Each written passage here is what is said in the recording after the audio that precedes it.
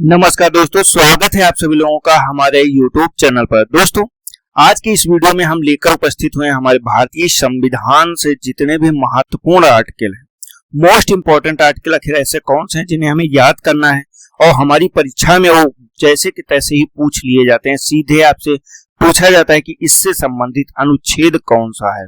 तो चलते हैं, देखते हैं कि आखिर भारतीय जो संविधान है इसमें टोटल कितने भाग दिए गए। तो टोटल 22 भाग है। 22 भाग के अंतर्गत टोटल 395 अनुच्छेद ऐसे हैं जिन्हें हमें याद करने हैं।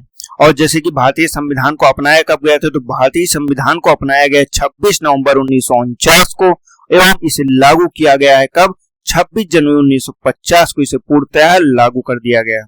अब हम चलते हैं अपने जो मोस्ट इंपॉर्टेंट आर्टिकल्स हैं उन पे और देखते हैं कि हमारे कौन से ऐसे आर्टिकल हैं जो इंपॉर्टेंट है। जैसे कि पहला अनुच्छेद है आर्टिकल नंबर 1, संघ एवं संघ का नाम एवं इसके राज्य क्षेत्र, ये महत्वपूर्ण है।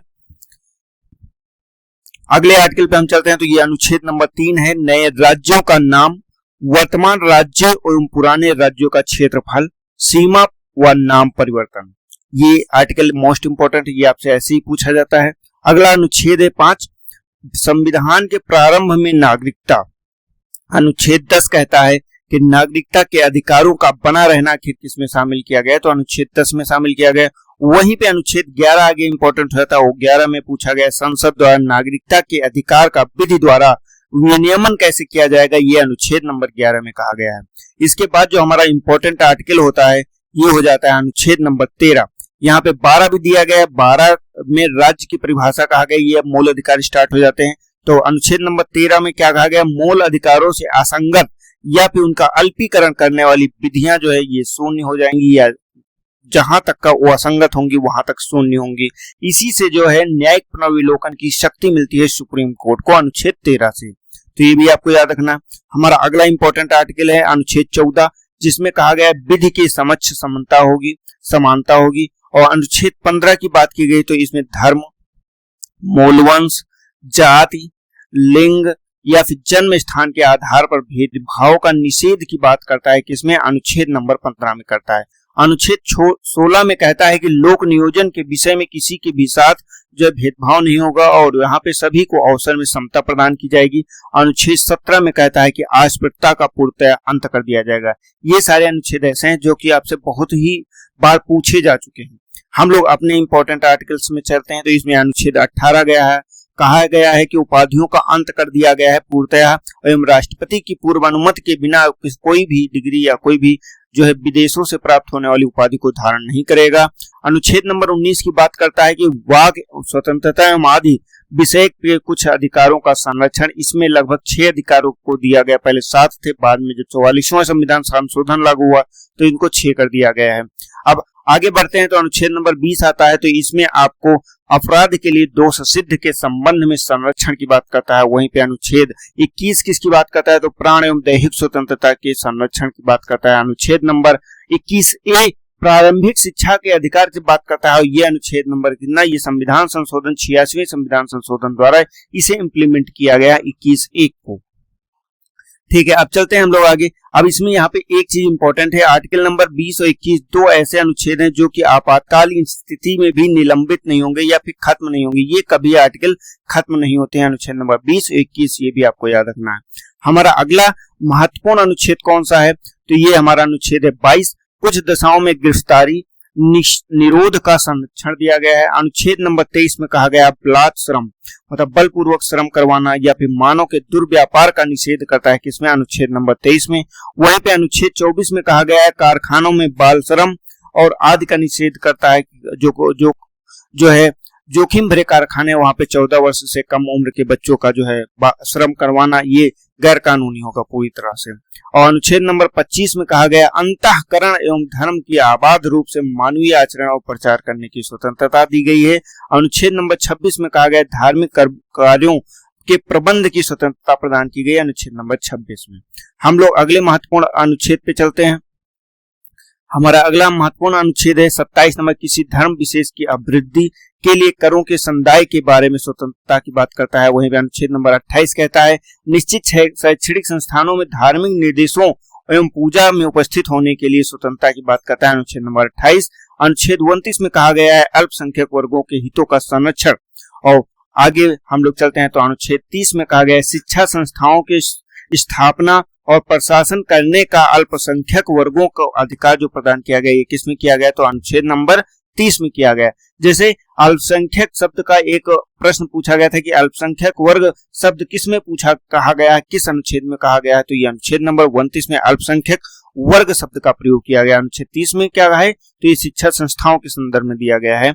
अनुच्छेद 32 की बात करते हैं तो इस भाग द्वारा प्रदत्त अधिकारों को परिवर्तित कराने के लिए उपचार दिए गए जो कि सुप्रीम कोर्ट है। सुप्रीम कोर्ट को समस्त जो संविधान है इस पे कार्रवाई या रिट जारी करने की जो शक्ति प्राप्त होती है, किससे प्राप्त होती है, तो ये हमारे आर्टिकल नंबर 32 से प्राप्त होती है। इसमें 5 प्रकार की रिटियां दी गई। जब हम लोगों ने मूल अधिकार को पढ़ा था उसमें हम लोगों ने सभी रिट को देखा हुआ है। ठीक, हम लोग आगे बढ़ते हैं, देखते हैं हमारा अगला महत्वपूर्ण अनुच्छेद कौन सा है। तो हमारा अनुच्छेद नंबर 38 है जो कि राज्य लोक कल्याण की अभिवृद्धि के लिए सामाजिक व्यवस्था को बनाएगा, ऐसा अनुच्छेद दिया गया है। इसमें आपको अनुच्छेद 39 से जो समान न्याय के लिए निःशुल्क विधिक सहायता की बात करता है। नालसा मतलब आप कोई भी अगर कमजोर व्यक्ति है जिसके पास न्यायिक सुविधा नहीं उपलब्ध, उसको सरकारी वकील प्रोवाइड कराया जाएगा तो विधिक सहायता के लिए समान न्याय के लिए उपलब्ध हो सकता है। अगला है अनुच्छेद नंबर 40 जो कि ग्राम पंचायतों के संगठन की बात करता है। यहीं पे अनुच्छेद नंबर 42 काम का न्याय संगत तथा मानव दशाओं का प्रसूति सहायता का उपबंध करता है। यहाँ पे एक आर्टिकल आप और याद कर लीजिएगा, आर्टिकल नंबर 41 में क्या कहा गया, तो इसमें लोक सहायता की बात करती है। लोक सहायता जितनी भी सहायता सरकार द्वारा दी जाती है वो अनुच्छेद 41 में वर्णित किया गया है। 41 के अंतर्गत ही लोक सहायता प्रदान की जाती है। अनुच्छेद 42 हो गया। आगे हम लोग अनुच्छेद 43 देखते हैं, कर्मकारों के लिए निर्वाह मजदूरी आदि के बारे में बात करता है। और इसमें आपका अगला जो अनुच्छेद दिया गया है ये क्या है, तो ये है 43(1) उद्योगों के प्रबंध में कर्मकारों का भाग लेना हो जाता है। और अनुच्छेद नंबर 44 क्या है, नागरिकों के लिए समान सिविल संहिता जो कि अभी तक का सिर्फ कहाँ लागू है, तो गोवा में ही लागू है। ये भी आपको याद रखना, कहाँ पे, गोवा में समान कानून संहिता लागू है। अगले अनुच्छेद पे चलते हैं। अनुच्छेद नंबर 45 है, बालकों के लिए निःशुल्क एवं अनिवार्य शिक्षा का उपबंध करता है। इसमें थोड़ा सा परिवर्तन किया गया था, कब, तो ये 86वें जब संविधान संशोधन किया गया उसके अंतर्गत। अगले चलते हैं तो अनुच्छेद नंबर 46 है, अनुसूचित जाति, अनुसूचित जनजाति, अन्य दुर्बल वर्गों तथा शिक्षा एवं अर्थ संबंधी हितों की अभिवृद्धि की बात करता है। अनुच्छेद नंबर 48 पे कहता है कि कृषि एवं पशुपालन का संगठन कैसे होगा, ये अनुच्छेद नंबर 48 में कहा गया है। हमारा अगला महत्वपूर्ण अनुच्छेद कौन सा है, अनुच्छेद 48(a) है, पर्यावरण के संरक्षण, संवर्धन, वन एवं वन्य जीवों की रक्षा की बात करता है। वहीं पे हमारा जो अनुच्छेद नंबर 49 है ये राष्ट्रीय महत्व के स्मारकों, स्थानों तथा वस्तुओं के संरक्षण की बात कर रहा है। और अनुच्छेद नंबर 50 क्या है, कार्यपालिका से न्यायपालिका का पृथक्करण अगर आपसे पूछा जाता तो ये किसमें है, तो ये आपके अनुच्छेद नंबर 50 है। अनुच्छेद 51 में क्या कहा गया, अंतरराष्ट्रीय शांति एवं रक्षा में अभिवृद्धि। आपसे डायरेक्ट प्रश्न पूछा था कि अंतरराष्ट्रीय शांति एवं रक्षा में अभिवृद्धि जो है किस अनुच्छेद में है, तो 51 में है। और इसमें 51(a) आ जाता है जिसमें मूल कर्तव्य की बात करता है। पहले मूल कर्तव्य 10 थे, बाद में एक मूल कर्तव्य और जोड़ा गया, टोटल मूल कर्तव्यों की संख्या 11 हो जाती है। ये भी आपको याद रखना। अब हम लोग धीरे धीरे अपनी संघ की जो कार्यपालिका उसमें प्रवेश कर रहे हैं। और संघ की कार्यपालिका के अंतर्गत कौन सा पहला अनुच्छेद इंपॉर्टेंट है, तो 52 है, भारत का राष्ट्रपति। यहाँ पे भवन लिखा है तो भवन आपका नहीं होगा, भारत का एक राष्ट्रपति होगा की बात करता है, भारत का एक राष्ट्रपति होगा, ये इंपॉर्टेंट है। और इसमें आगे बढ़ते हैं तो इसमें आपका 54 है आर्टिकल नंबर, जिसमें राष्ट्रपति के निर्वाचन की बात करता है।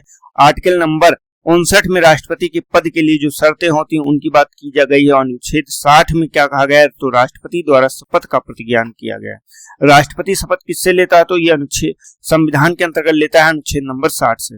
वहीं पे अनुच्छेद 61 कहा गया है, राष्ट्रपति पर महाभियोग चलाने की जो प्रक्रिया है जिसमें दोनों सदनों में क्या, तो 2/3 बहुमत होना चाहिए दोनों सदनों में, और कम से कम इसमें जो है कुछ जो है 14 दिन का पूर्व नोटिस भी होना चाहिए। ये सारी चीजें उसमें दी गई हैं, ये आपको जब हमने पढ़ाया था तब उसमें देखा गया था। अब हम लोग अपना आर्टिकल नंबर चलते हैं 63 पे, जिसमें क्या कहा गया है, भारत का उपराष्ट्रपति होगा। ये किसमें कहा गया है, अनुच्छेद नंबर 63 में कहा गया है। अनुच्छेद 66 में क्या कहा गया है, उपराष्ट्रपति का निर्वाचन कैसे होगा, इसका जिक्र किया गया है। और इसी में अनुच्छेद नंबर 72 में कहा गया क्षमता आदि और कुछ मामलों में दंडादेश जैसे कि निलंबन हो गया, परिहार हो गया, लघुकरण हो गया, कि राष्ट्रपति की जो शक्ति है ये अनुच्छेद नंबर 72 के अंतर्गत उसको प्राप्त होती है। अनुच्छेद नंबर 74 में क्या हुआ है, तो इसमें राष्ट्रपति को सहायता और सलाह देने के लिए क्या है, एक मंत्रिपरिषद होगी। यही ऐसा आर्टिकल है जो कि राष्ट्रपति को कार्यकारी से नामिक जो है कार्यपालिका का वो बना देता है, और वहीं पे जो ये मंत्रिपरिषद होती है जिसका मुखिया कौन होगा, पीएम होगा, तो इस पीएम को जो है मुख्य भूमिका में लाके खड़ा कर देता है। ये है अनुच्छेद नंबर 74। अनुच्छेद नंबर 76 की बात करते हैं तो इसमें भारत का एक महान्यायवादी होता है।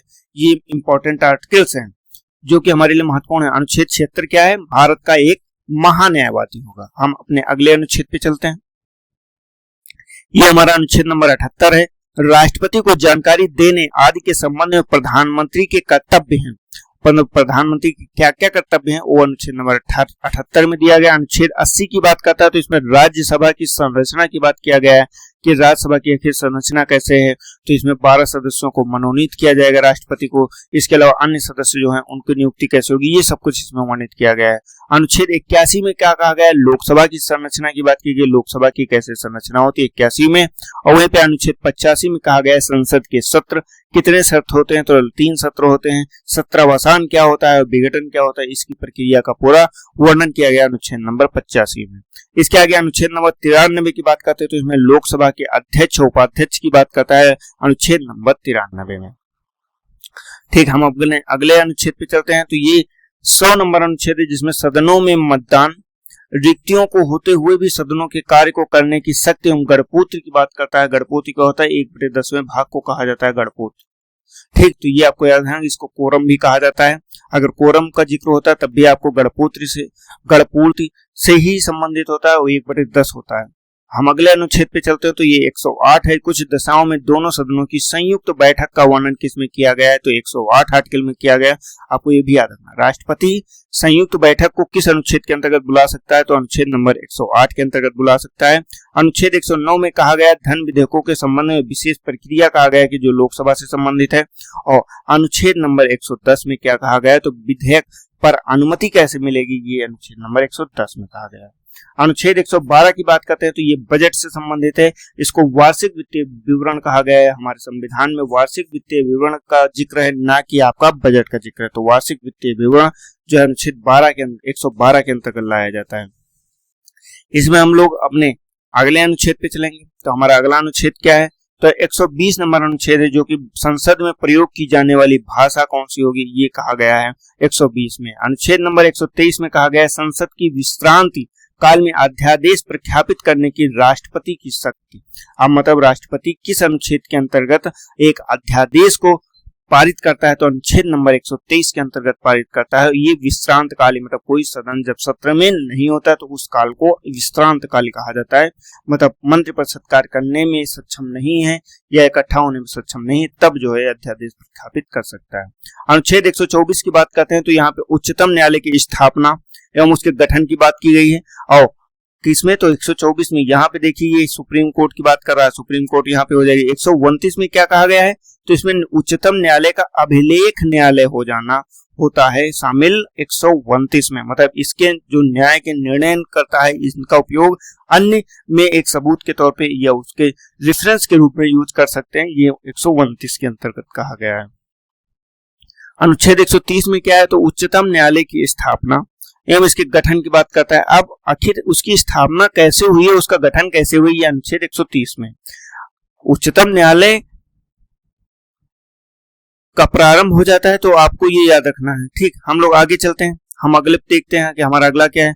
तो अगला हमारा है अनुच्छेद नंबर 139, जिसमें कुछ रिट निकालने की शक्तियों को उच्चतम न्यायालय द्वारा प्रदत्त किया जाना शामिल होता है। हम लोग अपने अगले अनुच्छेद पे चलते हैं 143 में, जिसमें उच्चतम न्यायालय से परामर्श करने की राष्ट्रपति की शक्ति के बारे में बात किया गया। 143 में उच्चतम न्यायालय से परामर्श लेगा कौन, तो ये हमारा जो सुप्रीम कोर्ट का मतलब मुख्य न्यायाधीश होता है वो देता है। और किसको देता है, तो ये हमारे राष्ट्रपति को देता है। अब आगे चलते हैं तो अनुच्छेद नंबर 148 की बात करता है। तो 148 में किसको कहा गया, तो इसमें भारत का महालेखा एवं परीक्षक होगा, ये किसमें कहा गया है, तो ये 148 में कहा गया। ये भी आपको याद रखना कि 148 के अंतर्गत क्या है, तो हमारा नियंत्रक महालेखा परीक्षक है। ये आपका आर्टिकल नंबर 148 है। 149 में क्या कहा गया है, नियंत्रक महालेखा परीक्षक के कर्तव्य एवं उसकी शक्तियों के बारे में कहा गया है। किसके बारे में कहा गया है? तो जो हमारा नियंत्रक महालेखा परीक्षक होता है उसके कर्तव्य एवं शक्तियों के बारे में जिक्र किया गया है। 153 की बात करते हैं तो यहाँ पे राज्यों के राज्यपाल की बात की गई है। किसकी? तो राज्यों के राज्यपाल की बात की गई है अनुच्छेद नंबर 153 में। अब देखिए यहाँ से 53 से स्टार्ट रहता है राज्यों का राज्यपाल। ठीक, अब यहाँ पे राज्यपाल से संबंधित सभी कानून और सभी नियम होंगे, ये भी आपको याद रखना है। ठीक, तो अब आगे चलते हैं। तो आगे क्या है? तो आगे आपका दिया गया अनुच्छेद नंबर 155 जिसमें राज्यपाल की नियुक्ति कैसे होती है ये आपको दिया गया है। यहाँ पे एक आपको छोटा सा करेक्शन करना है। मैंने शायद अभी आपको अनुच्छेद नंबर 130 बताया हुआ है। क्या है? तो उच्चतम न्यायालय की स्थापना। ये देखिए उच्चतम न्यायालय की स्थापना 124 में दिया गया है। यहाँ पे है उच्चतम न्यायालय का आसन, मतलब वो कहाँ कहाँ पे बैठेगी, कब कब बैठेगी, ये आपका दिया गया है आर्टिकल नंबर 130 में। उच्चतम न्यायालय का आसन, ये आपको याद रखना है। यहाँ पे थोड़ा सा करेक्शन था जो हमने देख लिया है। ठीक, अब हम लोग आगे चलते हैं। ये सभी हमने देख लिया है। ये यहाँ पे 155 के अंतर्गत क्या दिया गया है? तो राज्यपाल की नियुक्ति की बात की गई है। और यहीं पे आगे बढ़ेंगे तो अनुच्छेद नंबर 159 में राज्यपाल द्वारा शपथ का प्रतिज्ञान शामिल करना, ये यहाँ पे आपके लिए इंपॉर्टेंट रहता है। और अनुच्छेद नंबर 160 में क्या दिया है? कुछ आकस्मिकताओं में राज्यपालों के कर्तव्यों का निर्वहन की बात किया गया है। किसमें? 160 के अंतर्गत। और वहीं पे अनुच्छेद 161 में कहा गया है क्षमा आदि और कुछ मामलों में दंडादेश जैसे कि निलंबन, परिहार, जैसे कि राष्ट्रपति को शक्ति प्राप्त थी उसी तरह से राज्यपाल को भी प्राप्त है। राज्यपाल को मृत्युदंड और जो सैन्य न्यायालय होते हैं उनके द्वारा दिए गए निर्णयों पर अधिकार नहीं होता, लेकिन राष्ट्रपति को उन पर भी होता है। अगले अनुच्छेद पे चलते हैं, अनुच्छेद नंबर 163। इसमें राज्यपाल को सहायता एवं सलाह देने के लिए मंत्रिपरिषद का एक जो है गठन किया गया। मंत्रिपरिषद किसमें? तो अनुच्छेद नंबर 163 में दिया गया है। तो देखिए ये सभी आपको अनुच्छेद याद रखने हैं। हम लोग अपने अगले अनुच्छेद पे चलते हैं। अनुच्छेद नंबर 165 में कहा गया है राज्य का एक महाधिवक्ता होगा। और अनुच्छेद नंबर 167 में कहा गया है राज्यपाल को जानकारी देने आदि के संबंध में मुख्यमंत्री के जो कर्तव्य हैं, ये किस अनुच्छेद में कहा गया है? तो ये अनुच्छेद नंबर आपका है 167 में कहा गया है। हम लोग अपने अगले अनुच्छेद पे चलते हैं, अनुच्छेद नंबर 168 में। इसमें राज्यों के विधानमंडलों के गठन का प्रस्ताव किया गया है। किसका? तो राज्यों के विधानमंडलों के गठन का प्रस्ताव किया गया है अनुच्छेद नंबर 168 के अंतर्गत। हम लोग आगे बढ़ेंगे तो आगे हम लोग देखेंगे कि अनुच्छेद नंबर 169 में क्या कहा गया है? राज्यों के विधान परिषदों का उत्साधन या फिर सृजन की बात करता है। किसमें? तो ये राज्यों के मतलब अनुच्छेद नंबर 169 में कहा गया है कि आखिर विधानसभा जो है, आपसे प्रश्न पूछा जाएगा कि जो विधान परिषद है, जिसे कुछ राज्यों में विधानसभा भी होती है, कुछ राज्यों में विधान परिषद भी होती है, तो विधान परिषद को किस अनुच्छेद के अंतर्गत हटाया जा सकता है या सृजित किया जा सकता है? तो आपका 169 के अंतर्गत उसका सृजन भी किया जा सकता है, उन्हें खत्म भी किया जा सकता है। अनुच्छेद नंबर 198 में कहा गया धन विधेयकों के संबंध में विशेष प्रक्रिया, ये राज्य से संबंधित, राज्य में जो धन विधेयक है उससे संबंधित है कि आखिर विशेष प्रक्रिया क्या होती है। हम लोग चलते हैं अपने अगले इंपॉर्टेंट आर्टिकल पे। ये हमारा अनुच्छेद नंबर 200 है, विधेयकों पर अनुमति। आखिर जो राज्य के विधेयक हैं इन पे कैसे जो है, यहाँ पे विधायक लिख गया है, विधायकों पे तो विधेयक होता है, विधेयक पर कैसे जो है अनुमति मिलेगी, क्या होगा, तो ये आपको यहाँ पे याद रखना है। अनुच्छेद नंबर 202 की बात करते हैं तो इसमें वार्षिक वित्तीय विवरण किया गया, मतलब राज्य के बजट की अगर बात करते हैं तो ये बजट 202 के अंतर्गत दिया गया है। किसमें? तो 202 के अंतर्गत। अब 112 यहाँ पे याद रखिएगा, 112 में क्या कहा गया है? तो 112 में जो केंद्र का बजट है उसका जिक्र किया गया, वहीं पे अनुच्छेद नंबर 202 में जो है राज्य के बजट की बात की गई। अनुच्छेद नंबर 210 में क्या कहा गया है? विधानमंडल में प्रयोग की जाने वाली भाषा का प्रयोग की बात किया गया है कि जो अनुच्छेद नंबर 210 में है, विधानमंडल में कौन सी भाषा, मतलब राज्य के अंतर्गत विधानमंडल की कौन सी भाषा है। ठीक, अनुच्छेद 210 में चले, 214 में चलेंगे तो इसमें हाई कोर्ट की बात किया गया है कि उच्च राज्यों के लिए उच्च न्यायालय होगा। ये अनुच्छेद नंबर 202 मतलब 214 में किया गया है। अब 124 में क्या है? 124 में भी सुप्रीम कोर्ट है, और 214 में क्या है? तो 214 में आपका उच्च न्यायालय है। हम चलते हैं अपने अगले अनुच्छेद में। अनुच्छेद नंबर 215 में उच्च न्यायालयों को अभिलेख न्यायालय होना कहा गया, अनुच्छेद नंबर 215 के अंतर्गत। हमारा अगला इंपॉर्टेंट आर्टिकल है 224। इसमें कहा गया अपर एवं कार्यकारी न्यायाधीशों की नियुक्ति के संदर्भ में बात की गई 224 में। और वहीं पे अनुच्छेद नंबर 226 की बात किया गया है, तो इसमें कुछ रिट निकालने की उच्च न्यायालय की शक्ति की बात किया गया 226। अब यही सुप्रीम कोर्ट को जो शक्ति मिलती है ये आर्टिकल नंबर 32 से मिलती है, लेकिन यहाँ पे उच्च न्यायालय को शक्ति किससे मिलती है? तो उच्च न्यायालय को आपको शक्ति मिलती है अनुच्छेद नंबर 226 से। अनुच्छेद 231 की बात करते हैं तो ये दो से अधिक राज्यों के लिए एक ही उच्च न्यायालय का बात कर रहा है, किसमें? तो 231 में। अगर आपसे पूछा जाता है कि एक राज्य के लिए एक न्यायालय होगा या दो राज्यों के लिए एक न्यायालय बनाया जा सकता है किस अनुच्छेद के अंतर्गत? तो 231 के अंतर्गत। अनुच्छेद 233 में कहा गया है जिला न्यायाधीशों की नियुक्ति के बारे में प्रावधान जितने भी दिए गए हैं ये अनुच्छेद नंबर 233 के अंतर्गत दिए गए हैं। अनुच्छेद नंबर 239 में कहा गया है संघ राज्य क्षेत्रों के प्रशासन के जिक्र किया गया है। आखिर संघ राज्य क्षेत्रों के प्रशासन का जिक्र किसमें? तो 239 में दिया गया है। हम लोग आगे चलते हैं तो इसमें देखते हैं अनुच्छेद नंबर 243 का में कहा गया है ग्राम सभा।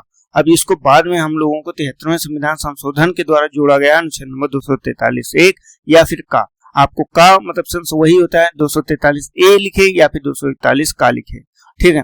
हम चलते हैं अगले पे, तो 243 बी की बात करते हैं। बी सेंस खा एक ही चीज है। 243 बी में पंचायतों के गठन का प्रावधान किया गया। अगर आपसे डायरेक्ट पूछा था पंचायतों का गठन किसमें कहा गया है तो 243 बी में कहा गया है। अनुच्छेद नंबर 243 डी या 243 घ में कहा गया है स्थानों के आरक्षण की बात की गई है। और अनुच्छेद नंबर 243 जी या छा की बात करता है पंचायतों की शक्तियां क्या हैं, प्राधिकार क्या हैं और उत्तरदायित्व क्या है उनके। 243 जी में कहा गया है। 243 जे में क्या कहा गया है? पंचायतों के लिए निर्वाचन की बात की गई है 243 जे में।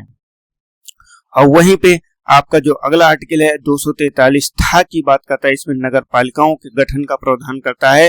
अनुच्छेद नंबर 248 क्या है? अवशिष्ट विधायी शक्तियां, ये किसके पास होंगी? केंद्र के पास होंगी। ये सभी चीजों का जिक्र करता है 248 के अंतर्गत। हम लोग 249 में चलते हैं। इसमें राज्य सूची के विषय के संबंध में राष्ट्रीय हित में विधि बनाने की जो संसद की शक्ति है ये 249 में दी गई। ये भी आपके लिए इंपॉर्टेंट है कि आखिर जो राष्ट्रीय हित है उसमें जो केंद्र कैसे जो है राज्य सूची पे विषय बना सकता है, इसकी पूरी प्रक्रिया 249 के अंतर्गत वर्णित की गई। अनुच्छेद नंबर 257 का जब जिक्र होगा तो इसमें कुछ दशकों में राज्यों पर जो संघ का नियंत्रण है उसके बारे में बात किया गया। कुछ दशाओं के बारे में जिक्र किया गया कि आखिर कैसे संघ का नियंत्रण होगा। अनुच्छेद 262 की बात करते हैं तो इसमें अंतरराज्यीय नदी एवं नदी दोनों जल संबंधी विवादों का न्याय निर्णय, मतलब इसमें जो न्याय अधिकरण होते हैं उनको बनाने का जिक्र किया है। किसके अंतर्गत? 262 के अंतर्गत। मतलब जो अंतरराज्यीय नदी विवाद होगा तो उसका निवारण कैसे होगा, तो यह अनुच्छेद नंबर 262 के अंतर्गत दिया गया है। हम लोग अपने अगले महत्वपूर्ण अनुच्छेद पे चलते हैं। अनुच्छेद नंबर 266 जिसमें भारत और राज्यों की संचित निधियों को जिक्र किया गया, लोक लेखे का जिक्र किया गया। वहीं पे अनुच्छेद नंबर 267 का जिक्र करते हैं तो आकस्मिकता निधि से संबंधित हुआ है 267 नंबर। और वहीं पे अनुच्छेद नंबर 275 की बात करते हैं तो कुछ राज्यों को संघ से अनुदान की बात करता है अनुच्छेद नंबर 275। वहीं पे अनुच्छेद नंबर 280 का जिक्र करें तो वित्त आयोग की बात करता है अनुच्छेद नंबर 280 किसकी? तो वित्त आयोग की जिक्र कर रहा है। वित्त आयोग 280 में आपको याद रखना है। हम लोग अनुच्छेद 301 ए पा क्या दिया गया? 300 इसमें विधि द्वारा प्राधिकार के बिना व्यक्तियों को संपत्ति से वंचित नहीं किया जा सकता। ये अनुच्छेद नंबर 301 में है। पहले ये मूल अधिकार के अंतर्गत था, लेकिन 44वें संविधान संशोधन के अंतर्गत इसमें 301 में एक ये संवैधानिक अधिकार इसको बना दिया गया, संपत्ति के अधिकार को। हम लोग आगे देखते हैं अपना महत्वपूर्ण अनुच्छेद कौन सा? 312 जिसमें अखिल भारतीय सेवाओं का जिक्र किया गया है। वहीं पे अनुच्छेद 315 में संघ एवं राज्यों के लोक सेवा का आयोजन या लोक सेवा आयोग की बात करता है अनुच्छेद नंबर 315 में। अनुच्छेद नंबर 324 में कहा गया निर्वाचनों के अधीक्षण, निर्देशन एवं नियंत्रण के लिए निर्वाचन आयोग में निहित होना कहा गया। मतलब इसमें जो है हमारा इलेक्शन कमीशन किसमें बनाया गया? तो आपका अनुच्छेद नंबर 324 में बनाया गया। हमारा लोक सेवा आयोग किसमें बनाया गया? तो इसमें जो है 312 के अंतर्गत बनाया गया। हम लोग अनुच्छेद 326 में चलते हैं जिसमें लोकसभा राज्यों की विधानसभाओं के लिए निर्वाचन का एवं वयस्क मताधिकार का जो होता है इसका जिक्र किया गया है अनुच्छेद नंबर 326 में। अगर आपसे पूछा था वयस्क मताधिकार के द्वारा मत देना किसमें है, तो अनुच्छेद नंबर 326 में है। हमारा अगला अनुच्छेद है अनुच्छेद नंबर 329 जिसमें क्या कहा गया? निर्वाचन संबंधी मामलों का न्यायालयों के हस्तक्षेप का वर्जन, मतलब निर्वाचन में न्यायालय हस्तक्षेप नहीं करेगा, ये 329 में जिक्र कहा गया। जैसे लोग कहते हैं ना कि अभी इस इलेक्शन को कोर्ट में फंस जाए, तो भैया वो नहीं हो सकता, क्योंकि अनुच्छेद 329 से जो है इसको सिक्योरिटी प्राप्त है और न्यायालय का हस्तक्षेप तब तक नहीं हो सकता जब तक कोई बहुत बड़ा विवाद ना हो। हम चलते हैं, देखते हैं अपना अगला महत्वपूर्ण। तो इसमें 335 दिया गया है, सेवाओं पदों के लिए अनुसूचित जातियों और अनुसूचित जनजातियों के दावे जो हैं इसमें 335 के अंतर्गत दिए गए। अनुच्छेद 338 में क्या कहा गया है, तो इसमें राष्ट्रीय अनुसूचित जाति आयोग का जिक्र किया गया अनुच्छेद 338 के अंतर्गत। अनुच्छेद 338 ए में जो है अनुसूचित राष्ट्रीय अनुसूचित जनजाति आयोग की बात करता है। देखिए यहाँ पे 338 में कहा गया है अनुसूचित जाति आयोग, 338 ए में कहा गया अनुसूचित जनजाति आयोग, वहीं पे 338 बी में कहा गया है राष्ट्रीय पिछड़ा वर्ग आयोग। आपको ये तीनों याद रखना है 338 में ही, किसमें ए में कहा गया अनुसूचित जनजाति और बी में कहा गया पिछड़ा वर्ग आयोग, और वहीं पे 340 में कहा गया पिछड़े वर्गों की दशाओं व अन्वेषण के लिए आयोग की नियुक्ति की बात करता है अनुच्छेद नंबर 340 में। और आपको इसी के अंतर्गत आपको जब हमारा अगला अनुच्छेद है 343, जिसमें संघ की राजभाषा की बात करता है। भारत देश की कोई भी राष्ट्रभाषा नहीं है, ये आप याद रखिएगा, कई बार बता चुके हैं। सिर्फ राजभाषा है, मतलब कार्य करने की भाषा है, और ये क्या है, तो हिंदी की देवनागरी लिपि में है, लेकिन तब तक के लिए इंग्लिश को भी प्रमोट किया गया और इंग्लिश ही एक मुख्य भाषा के रूप में उभर के सामने आ गई। 345 में क्या गया, राज्य की राजभाषाएं। राजभाषाएं क्या है, राज्य कौन कौन सी राजभाषा का प्रयोग कर सकते हैं, ये दिया गया 345 में। और वहीं पे 351 में कहा गया हिंदी भाषा के विकास के लिए निर्देश, जैसे कि निदेशक तत्व में होता है, तो निदेशक तत्व से अलग 351 में हिंदी के विकास के लिए निर्देश दिए गए हैं, ये 351 में है। हम लोग 352 में चलते हैं, इसमें आपात की उद्घोषणा की गई है 352 के अंतर्गत। और 356 में कहा गया राज्यों में संवैधानिक तंत्र के विफल हो जाने की दशा में, मतलब यहाँ पे इमरजेंसी लागू हो गई। 352 में ये पूरे देश में है, पूरे देश में हो जाता है, ये आपका किसी राज्य में हो जाता है। और जो अगला 360 है, ये हमारा किसमें शामिल हो जाएगा, तो ये हमारा शामिल हो जाएगा वित्तीय आपातकाल के संदर्भ में, ये वित्त के संबंध में आपका राष्ट्रीय आपातकाल। 368 क्या कहता है, तो ये संविधान संशोधन करने की संसद की शक्ति के बारे में जिक्र करता है, मतलब जो संविधान संशोधन किए जाते हैं ये किस अनुच्छेद के अंतर्गत किए जाते हैं, तो 368 के अंतर्गत किए जाते हैं। वहीं पे अनुच्छेद 370 का जिक्र करता है, तो जम्मू कश्मीर के संबंध में अस्थायी उपबंध जो दिए गए थे ये 370 का कहा गया था, जो कि अभी खत्म कर दिए गए हैं, लेकिन इसमें एक भी अभी सब पार्ट को खत्म नहीं किया जा सका है। ठीक, हम लोग चलते हैं अनुच्छेद नंबर 393 में, जिसमें संक्षिप्त नाम की बात करता है, मतलब जो है संक्षिप्त नाम कौन कौन से दिए गए हैं, तो ये चीज आपका कौन सा अनुच्छेद में दिया गया है, तो 393 में अनुच्छेद दिया गया। टोटल अनुच्छेद कितने हैं, तो टोटल आर्टिकल आपके 395 में है, और जिसमें आपके इंपॉर्टेंट आर्टिकल आपके 393 में, जिसमें संक्षिप्त नाम की बात किया गया है, यहाँ पे समाप्त हो जाते हैं। तो दोस्तों आज के हमारे इस वीडियो में इतना ही रहेगा, हम लोग मिलेंगे नेक्स्ट वीडियो में, और नेक्स्ट वीडियो में देखेंगे कि आखिर कौन सी ऐसी मोस्ट इंपॉर्टेंट चीज है जो हमें बहुत छोटे बहुत कम समय में कवर करना है। आप हमारे चैनल को अगर अभी तक सब्सक्राइब नहीं किए तो चैनल को सब्सक्राइब अवश्य कर लीजिए, वीडियो को अधिक से अधिक लाइक कीजिए और अपने दोस्तों को शेयर कीजिए। हम लोग मिलते हैं नेक्स्ट वीडियो में, तब तक के लिए जय हिंद जय भारत।